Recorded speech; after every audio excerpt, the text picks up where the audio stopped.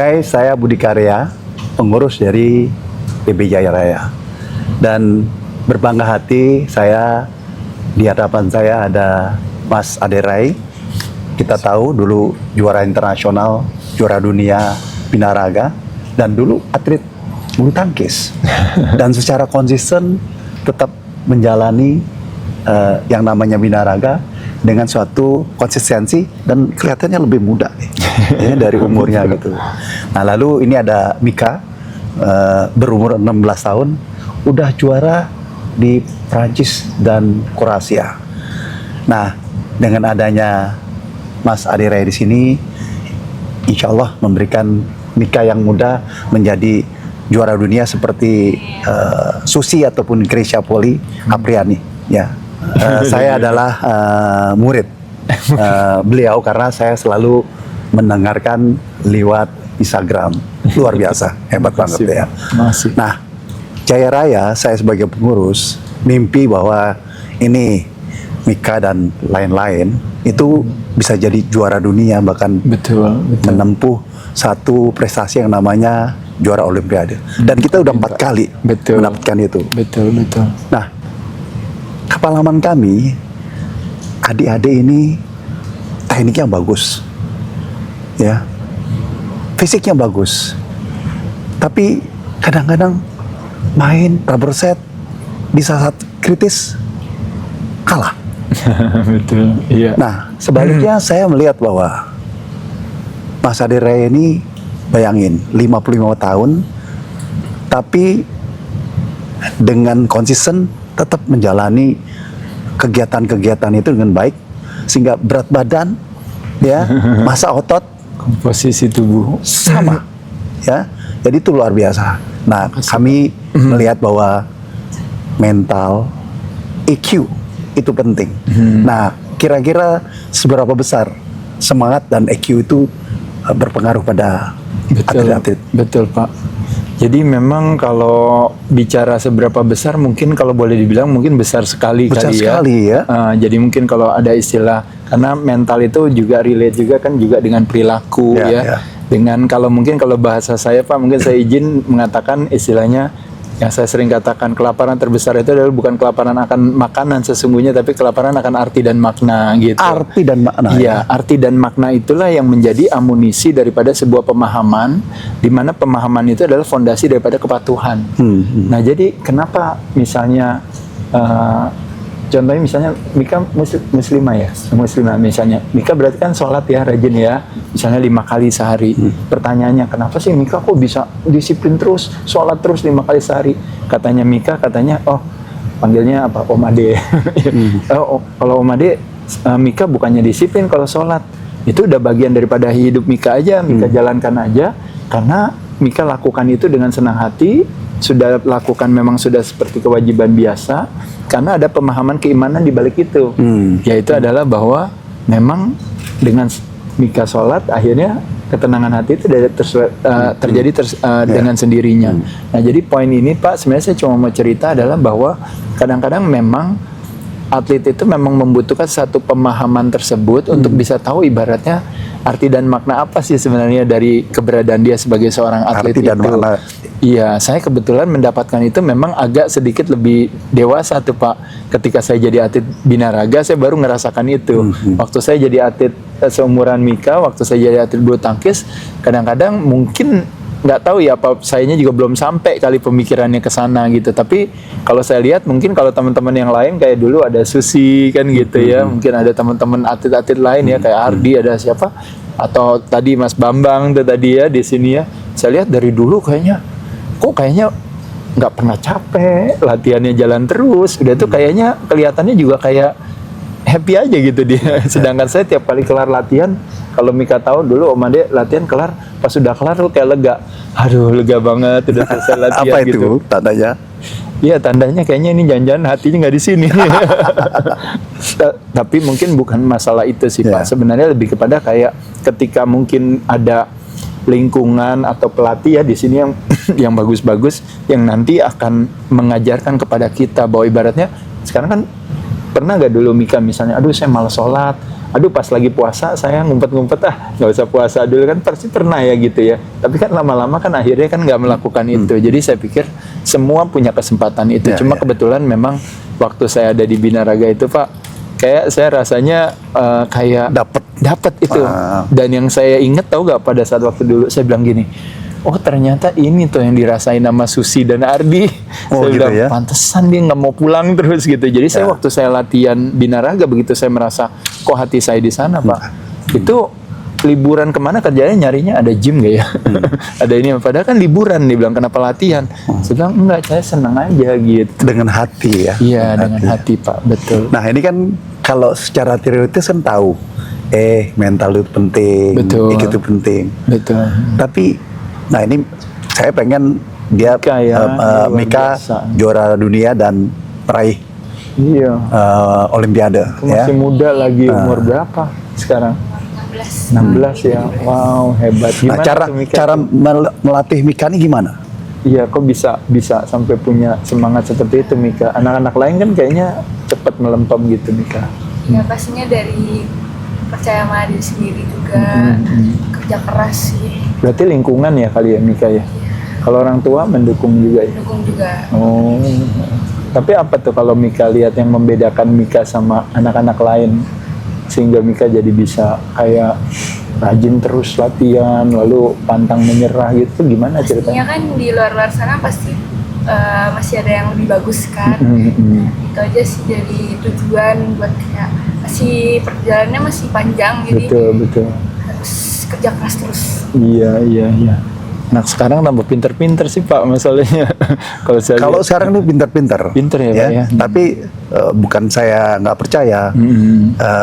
Hatinya itu kadang-kadang lari-lari gitu. Iya. Nah. Karena banyak distraction kali ya Pak ya. Iya, Mungkin banyak gangguan. Banyak gitu gangguan, ya. betul. Disruption itu banyak sekali gitu. Sementara bayangkan, ini konsisten. Iya. Cara konsisten itu apa yang harus dilakukan dalam hati kita itu? Iya, tadi yang saya katakan tadi Pak, jadi memang ketika saya benar-benar menyadari arti dan makna itu, makanya kenapa edukasi orang bilang itu kan amunisinya daripada pemahaman. Nah jadi, waktu dulu saya bertanding jadi atlet bulu tangkis, dan yang membedakan saya ketika saya jadi bertanding jadi atlet, waktu itu saya mulai jadi atlet panco kan ya, ini apa. Saya ingat ya, waktu dulu saya seumuran Mika, saya tandingnya badminton. Begitu saya kalah, yang sedih lebih sedih bapak saya loh daripada saya. Jadi saya bingung, kok sayanya kayak nggak menyesal gitu kalah, tapi bapak saya yang lebih sedih gitu. Ketika saya menang bertanding, kok bapak saya yang lebih happy daripada saya gitu. Nah jadi saya pikir, aduh apa benar gitu. Nah jadi saya berusaha untuk menggali itu, dan ternyata Pak, apa yang dirasakan Mika mungkin ternyata saya rasakan pada saat saya menemukan olahraga saya pada saat itu, yaitu adalah binaraga. Jadi ketika saya lagi panco juga Pak, ini kan pertandingan panco, saya atlet panco Pak. Begitu saya kalah, saya benar-benar ngerasa kayak Mika punya gak rasa itu ketika kalah, kayak Mika bilang, aduh kayaknya ini something wrong, yang salah, yang saya harus rubah, kayak sesuatu yang kayak kita sesali, kayaknya ini nggak harus terjadi, bener gak gitu ya? Kayak our life is depend on it gitu ya, betul ya Pak ya? Nah mungkin saya rasa dulu saya merasa begitu pada saat saya di olahraga. Jadi waktu saya kalah panco tuh kayak rasa malunya tuh kayak aduh, malu Sampai banget malu gitu. ya? Iya malu Kalah tuh rasanya. sampai malu ya? Malu gitu saya rasanya gitu. Tapi pada saat yang di badminton yang waktu itu ya. Jadi saya bukan bicara soal badminton atau binaraganya sih, tapi ini bicara pendekatan perasaan. perasaan. Jadi mental dibalik perasaan atlet itu Pak. Jadi makanya kenapa saya bilang sebenarnya anak-anak sekarang itu kelebihannya, kan kita sekarang kan terpapar dengan sosial media kan, dengan apa. Anak-anak sekarang ini jauh lebih dewasa loh daripada dulu. Betul. Mereka kalau kayak ini Mika misalnya diajak ngobrol di umur segini, bayangin dulu kita Pak, mungkin di angkatan kita waktu kita umur 15 tahun diajak Belum kayak ngobrol gini kan ya. kayak nggak tahu mau ngomong apa. Tapi kalau Mika bisa ngomong dengan oh iya ini gini, mesti kerja keras, mesti apa. Itu kan artinya maksud saya itu lingkungannya tuh sekarang ini tuh luar biasa sekali, bisa membentuk itu. Tapi kayak dua sisi mata uang yang Pak Budi katakan tadi, di satu sisi anak-anak jadi lebih pintar, tapi apakah kepintaran itu akan dipakai sebagai pembantunya untuk lebih maju, atau menjadi majikannya yang akhirnya membuat dia jadi tambah stres. Jadi kalau saya pikir ya mungkin pada saat itu saya melihat ketika saya udah klik dengan saya pemahaman bahwa emang saya mau jadi atlet. Jadi kalau ada istilah orang bilang ada satu minuman dulu punya moto, judulnya katanya adalah apa? Disiplin adalah ku tahu yang ku mau katanya. Nah problemnya adalah kebanyakan dari kita yang dia tahu apa yang dia mau itu bukan dia tahu di apa yang dia mau, dia tahu apa yang orang tua dia mau gitu. Dia tahu apa yang kakaknya dia mau, adiknya dia mau. Nah makanya ada istilah yang mengatakan katanya don't die with your music still in you. Katanya janganlah sebelum kamu meninggal jangan pernah kamu tidak sempat memainkan musiknya kamu sendiri, mainkanlah musik kamu sendiri. Nah maksudnya musik kamu sendiri itu adalah apa? Jadi saya yakin, seyakin-yakinnya Mika kenapa bisa kayak gini, karena dalam hatinya saya tahu pasti ini pasti panggilan hati. Mika pasti lagi main badminton, pasti perasaan Mika kayak ini emang this is where I belong, bener gak? Kayak ini gue banget loh, bener gak gitu ya? Nah saya pas ngerasain pas saya lagi pegang besi itu Pak, pas saya lagi latihan, bilang aduh ini gue banget gitu. Ini Gue banget ya? Ini gue banget gitu. Gue banget loh Mika. Ya. Ini saya banget gitu. Jadi pada saat itu jadi nggak ada kebutuhan untuk kayak disuruh orang tua, benar ya? Nggak ada kebutuhan disuruh kayak pelatih, ayo Mika ini apa? Ya Mika yang sendiri mau. Tapi pelatih itu kan semua persis mirip kalau istilahnya Pak, kayak semacam apa ya, kayak personal trainer Pak, yang tadi Bapak bilang ya kan, personal trainer, lalu mungkin Bapak punya nutritionnya punya apa, dia ngerapiin Bapak ini apa, tapi terakhirnya ya tergantung Bapak aja, tergantung kita gitu. Males ya, habis lah itu ya. Iya, jadi mau trainernya sebaik apapun ya, mau klubnya Jaya Raya sebagus apapun, mau pelatihnya sehebat apapun juga, tapi kembali kalau ke anaknya, dia punya gak rasa itu gitu. Jadi mungkin itu juga yang jadi salah satu, kalau boleh dibilang bakat, ternyata bukan cuma bakat dalam hal fisik, tapi bakat dalam hal karakter juga Pak. Iya. Nah kemarin itu kan juara di Perancis sama di Kroasia. Ini baru pulang kemarin. Iya, wah selamat ya, udah hebat banget sih. Nah, kita pengen sekali bahwa Mika ini mesti jadi juara dunia yang lain gitu ya. Nutrisi apa yang harus menjadi perhatian betul. Mika dan kawan-kawan? Ya, kalau secara umum mungkin kalau kita ngomongin nutrisi ya Mika ya, lebih kepada kan kalau kita bicara sesuatu yang alami pasti lebih baik daripada yang tidak alami. Nah kalau yang tidak alami itu kita maknai sebagai yang namanya olahan, kemasan, yang biasanya datangnya dari box, datangnya dari kaleng. Biasanya punya barcode. Nah itu bukannya salah sebenarnya, karena kan hidup juga perlu kenyamanan.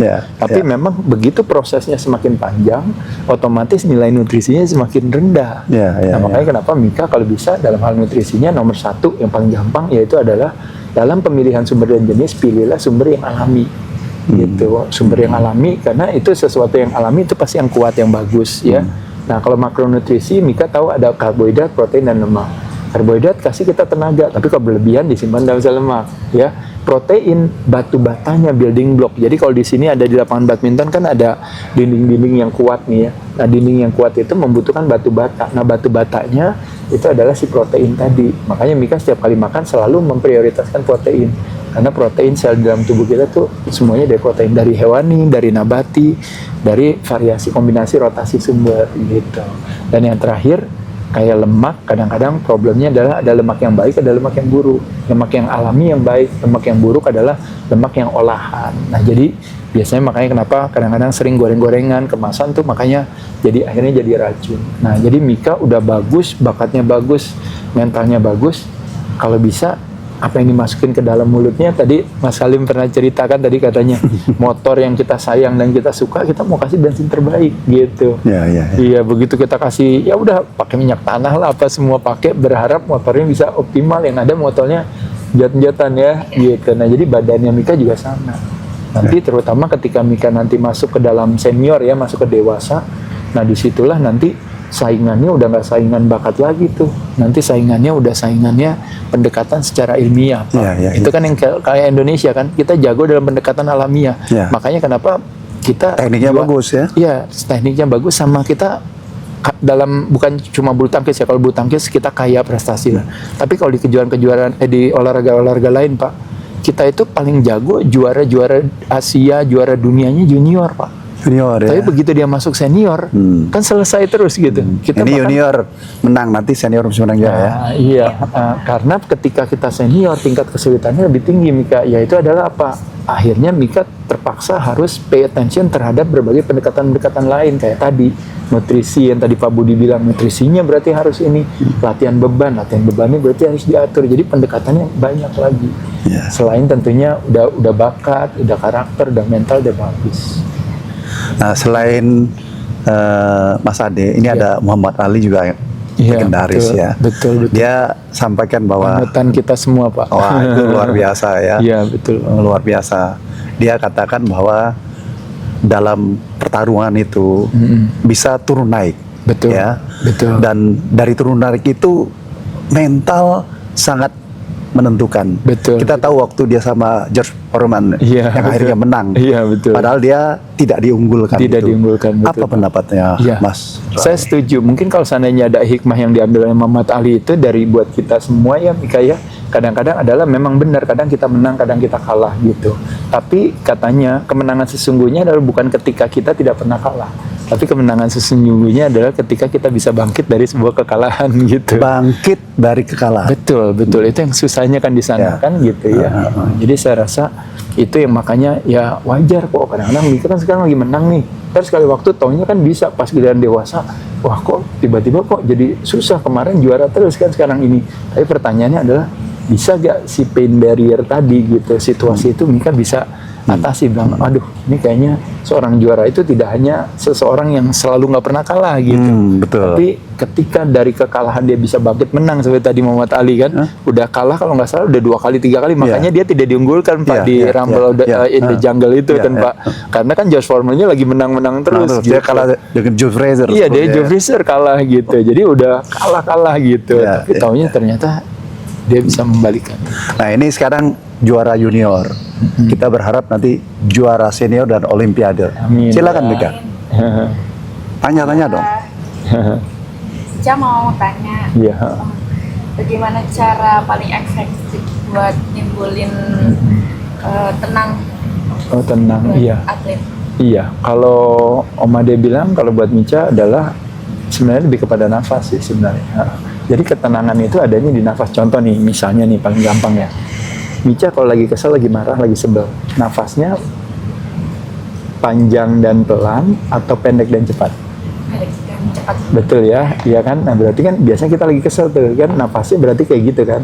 Nah tapi ketika Mica bilang, Mica misalnya lagi senang, lagi happy, lagi ketemu orang tua gitu ya, lagi pulang kampung ya, kemana Mica tadi? Ke Madiun gitu ya, lagi happy di sana, biasanya nafas kita bisa panjang dan pelan, betul ya. Nah sekarang pertanyaannya gimana sih caranya saya bisa mengatasi supaya bisa punya ketenangan sebelum tandingan gitu kan. Nah jadi fokusnya, makanya kenapa orang bilang fokus ke nafas aja, karena fokus ke kepala susah. Tadi yang saya cerita di presentasi, saya bilang isi kepala kita katanya dikatakan berdasarkan Dr. Jonas Chang di New Mexico, dikatakan kepala kita adalah ibarat seperti gelas. Isi kepala kita adalah ibarat seperti yang tadi dikatakan. Jadi kalau gelas itu mind, isi kepala kita namanya thoughts. Isi kepala kita katanya topiknya itu 14.000 sampai 16.000 topik setiap hari, yang isinya itu saja, unimportant, unnecessary, katanya udah itu 85% negativity, karena itu sifat kita kan senang melihat sesuatu yang drama, melihat sesuatu yang ini ya, yang konflik gitu ya. Dan 90% unreliable, tidak bisa diandalkan. Nah, tapi bagaimana caranya kita bisa menyeleksi isi pikiran kita? Hanya dengan nafas yang teratur. Makanya kenapa kalau orang bilang misalnya kayak Mica misalnya pas lagi tanding kan, ibaratnya tiba-tiba kan mepet-mepet gitu kan, disusul, ini lagi susul kan, deg-degan banget kan. Begitu deg-degan, Mica sering nggak ada orang tunggu tenang. Biasanya berhenti dulu ke lapangan, pura-pura ganti kok ya kan. Ntar pura-pura kayak ngelap-ngelap ini, bener gak? Kadang-kadang ganti raket, betul kan? Apa coba yang Mica lakukan, orang-orang lakukan pada saat itu Mica? Dia berusaha untuk tarik nafas dia. Ketika dia tarik nafasnya udah mulai lebih kalem dikit lagi, otaknya dia jalan lagi. Nah makanya kenapa ada satu buku tentang yang namanya super brain, dikatakan kita punya ada namanya reptilian brain. Itu kok pas Mika lagi tanding fight, otomatis ya itu benar-benar survival brain aja yang kerja gitu. Nah, ada yang namanya limbic brain, itu namanya emotional brain. Nah, ada satu lagi nih yang disebut namanya frontal lobe atau frontal cortex, itu intellectual brain. Nah, sering kita kenal zaman dulu ada namanya Morten Frost Hansen, salah satu. Morten Frost Ya betul, dari Denmark. Ya, dari Denmark, salah satu pemain bulu tangkis yang sebenarnya kalau secara genetik, secara ini sama yang kalah, sama Icuk kalah, sama Swiking kalah, kalah semua dia kalau boleh dibilang. Tapi dia paling pinter, gitu. Nah, jadi pertanyaannya adalah kenapa dia gara-gara kepinterannya dia akhirnya bisa ngalahin itu musuh-musuh yang lainnya gitu. Nah, jadi itu tadi pada saat dimana dia bertanding dia tuh tenang gitu. Nah, jadi kadang-kadang Micha sebisa mungkin cari kesempatan buat pas lagi, karena ini kan kalau badminton itu tadi kata Mas Halim bilang, badminton itu is anaerobik, tau gak? Jadi artinya apa? Dia high intensity interval training. Jadi pas lagi mulai kenceng kan, kelar, berhenti kan, anaerobik dia, bukan aerobik, bukan. Jadi ini sangat menentukan. Iya, jadi ketika dia berhenti, nah pada saat berhenti itulah tergantung Michanya tuh Pak, untuk bisa mikir untuk tarik ulang lagi untuk ini. Jadi sehingga jadi akhirnya ada strategi lagi, benar kan? Nggak sekedar cuma main ngejar bola kan? Benar gak kalau saya tanya misalnya, Micha pernah gak pas ngeliat, oh kalau musuhnya ini, Micha bilang, oh saya kasih dia rally aja terus. Kalau musuhnya ini saya mau cepetan aja, benar gak kayak gitu? Pasti punya strategi. Strategi, betul. Pada saat lagi serve aja, Micha bilang, oh saya mau taruhnya dekat aja lah kalau orang kayak gini. Tapi kalau giliran orangnya nih kayaknya, wah smesannya kuat apa, dan Micha ajakin rally aja. Apalagi Micha tahu nih orang pendekatannya kan, kalau orang Pak, kalau kayak otot itu ada dua jenis Pak. Ada fast twitch fighter, ada slow twitch fighter. Ada pemain yang musuhnya Micha, ada yang jago, smesannya kuat, tenaganya besar. Tapi dia eksplosif permainannya. Tapi ada satu lagi yang biasa-biasa aja, tapi dia jago rally terus, dia nggak capek-capek. Bener gak Micha gitu? Nah, begitu Micha berhadapan sama orang itu kan, Micha kan harus bikin strategi dong, bener gak? Ya kan, saya mau ngalahin dia di mana gitu. Nah, itulah akhirnya makanya kenapa butuh ketenangan. Dan ketenangan hanya terjadi dengan nafas. Tapi kalau bahasa Indonesianya, nafas yang teratur dimulai dengan apa? Dengan dekat dengan keimanan. Makanya kenapa sebelum ini hatinya mesti tenang. Makanya kan ya, sholat, makanya berdoa. Itu satu hal yang akan bantu banget tuh Micha jadi lebih optimal. Apalagi Mika? Ada batas waktu keemasan bagi atlet? Kalau saya nggak mau mikir ke situ, karena kalau kita mikir ke situ kita 55 masih luar biasa. ya sebenarnya kayak 40 tahun. Itu tadi yang saya bilang, Micha, yang saya bilang yang namanya bahaya terbesar adalah ketika kita punya cita-cita yang bukan, ketika kita punya cita-cita tinggi dan tidak mampu meraihnya. Jadi kalau ditanya misalnya, Om Adere itu kalau seandainya udah umur 25 tahun, orang badminton udah umur 30 tahun, itu kan berarti kan udah nggak bisa prestasi lagi gitu. Udah itu, tapi kebetulan Gracia tidak punya pemikiran itu. Dia bilang, mau saya umur 35, mau apa, pokoknya saya fight aja. Hendra juga gitu. Hendra juga gitu ya. Taunya apa yang terjadi di umur segitu ternyata masih bisa berprestasi. Padahal di atas kertas apa coba dibilang. Badminton kan golden age cuma berapa coba, kan 27, 31 ya gitu kan.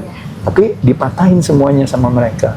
Nah, jadi kalau menurut saya sebenarnya jangan punya pemikiran ke sana. Kalaupun juga ternyata akhirnya ceritanya setelah umur 35 itu kita prestasinya menurun, ya udah nggak apa-apa. Tapi saya nggak rencanakan kan gitu ya. Dan Micha siapa tahu dengan teknologi yang semakin baik, dengan ini kan klub Jaya Raya kan juga sekarang kan jauh lebih modern, lebih canggih, timnya overall sumber daya manusianya jauh lebih kuat kan dibandingkan 20 tahun yang lalu. Jadi memungkinkan loh satu saat nanti atlet-atlet bulu tangkis, atlet-atlet Indonesia, atlet-atlet Jaya Raya bisa tetap berprestasi mendunia di usia 40 tahunan. Kenapa tidak gitu? Dan mereka nih punya sekolah loh, Jaya Raya nih. Enak kan sekolahnya? Iya. Kalau dulu Om Ade mesti sekolah di luar, habis itu balik lagi kan ke klub lagi sorenya. Jadi sekolah lagi di luar, balik lagi. Nah, jadi kayak gitu tuh kadang-kadang keganggu. Akhirnya itu sih sebenarnya Pak yang sebenarnya dulu saya akhirnya berhenti bulu tangkis tuh karena kalau Om Ade kebalikannya Micha, jadi badmintonnya jadi nggak juara, sekolahnya nggak naik kelas. akhirnya bapak saya jadi bilang, ya udah kamu mau pilih mana gitu. Kalau mau jadi olahraga, kayaknya kalau nggak ada tempat kalau nggak juara satu katanya. Iya. Tapi kalau seandainya jadi di sekolah, nggak usah juara 1. Kamu mau juara 10, juara 20 Tetap juga jalan ya. tetap bisa jalan gitu. Jadi akhirnya Om Ade memutuskan lah akhirnya jadi sekolah, makanya berhenti jadi atlet bulu tangkis pas seumuran Mica itu gara-gara juaranya nggak dapet. Habis itu sekolahnya nggak ini, tapi karena latar belakang pendidikan sebagai atlet yang udah keseringan dulu gitu disiplinnya, jadi akhirnya begitu kelar berhenti jadi atlet jadi bingung ini mau ngapain lagi gitu. Bertemulah sama si besi itu Pak gitu, makanya jadi akhirnya saya jadi juara panco dulu Pak, saya sebelum gitu ya? Saya juara nasional panco dulu. Saya waktu dulu kuliah di UI saya juga ikutan atletik. Saya tolak peluru, masih tolak peluru, lalu jadi sprinter gitu masih dulu. Jadi memang Mas Ade Rai ini luar biasa ya. Dulu jadi atlet bulu tangkis sampai 15 tahun ya. Betul. Setelah itu belum maksimal, masih mencari-cari olahraga. cari olahraga lagi, main panco. Iya, sampai habis akhirnya itu binaraga dan terbukti bisa nomor 1. Artinya apa, Mika? Ini semangat, konsistensi, dan pakai hati. Dan apa yang dilakukan ini suatu perjalanan ya. Atlet-atlet Jaya Raya, semua atlet bulu tangkis kita harus punya medali emas Olimpiade, All England dan sebagainya. Dan karena prestasi dan kalau ngajar luar biasa, saya follower beliau. Ya. Makasih Pak. Ini menjadi contoh. Kalian lihat bagaimana seorang Ade Rai yang dulu bulu tangkis tidak maksimal, jadi atlet itu binaraga, juara dan meneruskan ilmunya dan konsisten mempertahankan berat tubuh dan massa otot. Closing statement apa yang disarankan oleh Mas Ade untuk Mika-Mika yang lain? Iya, saya rasa kalau menurut saya justru kalau saya malah ngiri sama Mika. Dulu saya mau seperti Mika, jadi poin saya cuma gampang aja. Dulu Om Ade dulu seumuran Mika, Om Ade nggak jadi apa-apa. Tapi abis itu Om Ade bisa berhasil. Nah bayangin kalau sekarang udah jadi Mika, itu berarti Mika berhasilnya mungkin 2-3 kali lipat dari Om Ade nanti semakin itu. Kalau Mika bersedia untuk terus apa? Satu Pak yang saya orang-orang suka tanya sama saya, apa yang membedakan saya dengan umur 55 tahun lainnya gitu kalau bicara dalam hal komposisi tubuh. Saya jawabannya sebenarnya sederhana, bukan kerajinan, bukan apa-apa. Hanya satu aja saya bilang, saya nggak pernah berhenti. Nggak pernah berhenti dan konsisten ya? Iya, nggak berhenti aja, jalanin aja gitu. Kalau konsistensi kan pemaknaan orang terhadap kita Pak. Pemaknaan orang. Tapi kuncinya adalah kayak Bapak bilang, saya dari dulu senang masak ya, saya masak aja. Dari dulu saya sholat aja. Dari dulu saya misalnya bersedekah aja. Nah kayak saya dari dulu saya latihan beban, ya udah nggak berhenti aja. Nggak berhenti terus ya? Terus aja nggak berhenti. Terbukti bahwa resultnya itu ternyata memberikan berat tubuh tetap, massa otot tetap. Iya, sama dengan kira-kira 30 tahun yang lalu ya. Iya, bersyukur lah Pak. Ya tambah tua sih Pak. Cuma paling tidak ada satu proses penghambatan penuaan di sana dikit gitu. Enggak penghambat, 55 kelihatan 40 ya. Jadi kita ingin Mika ini jadi Grisha Poli ya. Berapa tahun yang lalu? Yang akan datang kamu mau jadi juara? 21, 23? 24 lebih cepat kali ya. Lebih cepat kali ya. Lebih cepat kali pasti. Di atas aja. Iya. Pokoknya penting selalu istrinya kalau dari Om Ade buat Mica selalu yang dijaga itu adalah istilahnya perilakunya Mica. Jadi jangan yang tadi Om Ade cerita, jangan pada saat kita lagi bagus kita tinggi hati. Jangan pada saat kita lagi rendah kita langsung malah jadi rendah hati jadi rendah diri, jadi sampai benar-benar putus asa juga. Itu nggak boleh kayak gitu. Tapi udah dapat ini apa terus jalanin. Dan selalu yang namanya the biggest room in the world adalah room of improvement. Sehebat-hebatnya Mica, pasti selalu masih ada ruangan bagi Mica untuk lebih baik dari sebelumnya. Karena dia istilahnya mengatakan, true victory, kemenangan sesungguhnya adalah bukan ketika kita lebih baik dari orang lain. Ini ngomongin pemaknaan ya. Meskipun atlet itu biasanya artinya saya mesti ngalahin orang kan gitu ya. Itu memang benar. Tapi ini kita ngomong dalam tatanan secara teori filosofis gitu. Yaitu adalah bahwa true victory is not how good we are compared to others, but how good we are compared to we used to be. Kemenangan sesungguhnya adalah bukan ketika kita lebih baik dari orang lain, tapi kemenangan sesungguhnya adalah ketika kita lebih baik dari diri kita sebelumnya.